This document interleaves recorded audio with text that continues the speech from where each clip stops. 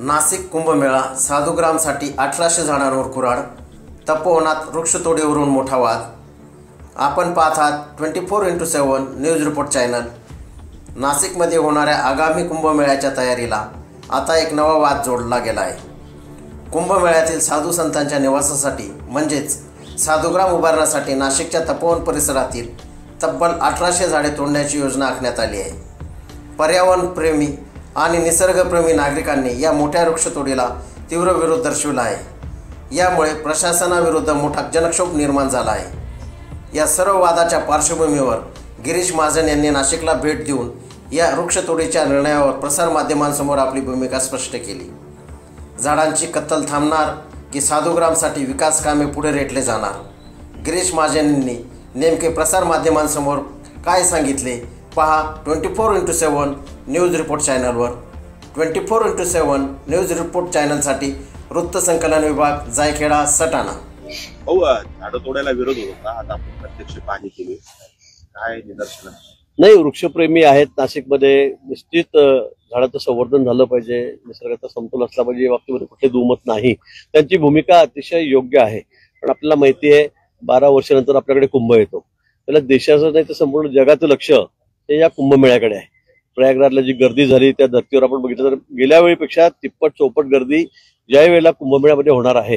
म्हणून इथे ही जी जागा आहे पंचवटीमधली, इथे साधुग्राम आहे, ते साधूंचा सगळा निवास असतो। गेल्या अनेक वर्षापासून, शेकडो वर्षापासून ही परंपरा इथली आहेच।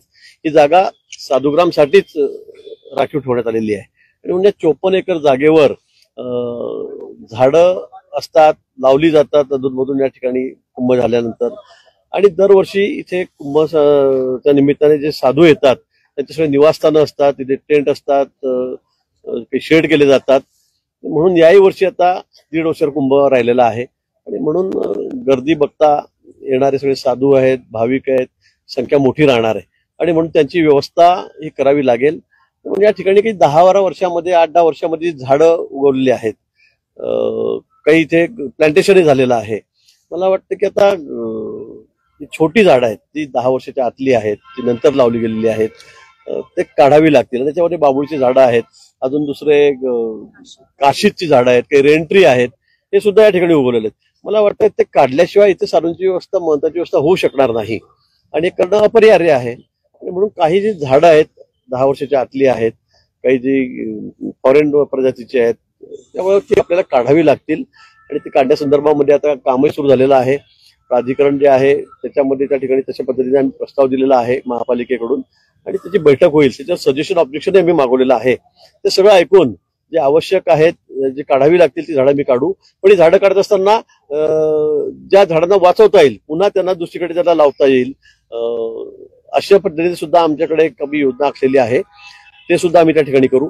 पण एक झाड जर गेलं तर 10 झाडं त्या बदल्यामध्ये, सगळी मोठी झाडं, अशी नाही की छोटी झाडं लावली पुढच्या वर्षी आली का नाही गेली, तसं होणार नाही।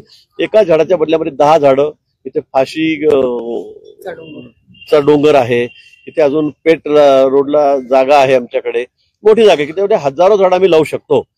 त्याची सुद्धा जबाबदारी आम्ही घेतलेली आहे, आमच्या मनपाने घेतलेली आहे।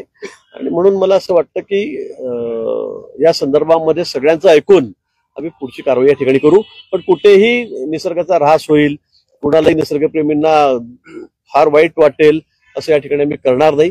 पण कुंभमेळ्याच्या निमित्ताने हे साधुग्रामची जागा आहे, इथे साधूंची व्यवस्था आपल्याला करावीच लागेल आणि त्याचा दुसरा पर्याय आपल्याकडे नाहीच आहे आणि ही जागा साधुग्रामसाठी रिझर्व्ह आहे। हो, खरं तर अशा पद्धतीनं या जागी महापालिकेची जागा आहे, या जागेवरती झाडं लावण्यासाठी महापालिकेच्याच विभागानं एनओसी दिल्यानंतर हे झाडं लागले। मग ह्या अधिकाऱ्यांना काय कारवाई केली जाणार का त्यांनी हे झाडं लावण्यासाठी एनओसी दिली? नाही, अशा एनओसी इथे सर्वात झाडं लावा मला वाटतं असं कोणी फायदा नाही। काही ठिकाणी जर तुम्ही प्लॅन अगदी नियोजित म्हणजे नियोजन करून व्यवस्थित लावली तर त्याला काही हरकत नाही। पण आता इथे साधुग्रामची जागा आहे, दर 12 वर्षांनी आपल्या सगळ्या साधूंची व्यवस्था करावी लागते आणि इथे येऊन सर्रास कुठेही झाड लावा असं झालं असेल तर मग ते चुकीचं आहे, कारण मग आपल्याला इथे दुसरी व्यवस्था करता येणार नाही आणि आपल्याकडे पर्यायी जागा पण नाहीये। म्हणून मला असं वाटतं की जी झाडं आता आम्ही काढू त्याला एकाला 10 प्रमाणामध्ये आम्ही त्या ठिकाणी झाडं निश्चित लावू, त्याच्यामध्ये 9 सुद्धा होणार नाही, त्याचं संवर्धन सुद्धा आम्ही त्या ठिकाणी करू। आणि जी झाडं काढून दुसरीकडे टाकल्यास लावण्यासारखी मोठी झाडं, रिप्लांटेशन, तर ते सुद्धा आम्ही त्या ठिकाणी करणार आहोत। त्याच्यामध्ये कुठेही झाडं गेली ना आम्ही ती लावली नाहीत, एकाला 10च्या प्रमाणे असं होणार नाही। जी शक्य आहे ती झाडं पुन्हा आम्ही या ठिकाणी काढून खालून अगदी काढून ती पुन्हा दुसरीकडे त्या ठिकाणी लावू आणि ती जगवण्याची जबाबदारी सुद्धा आमची राहील.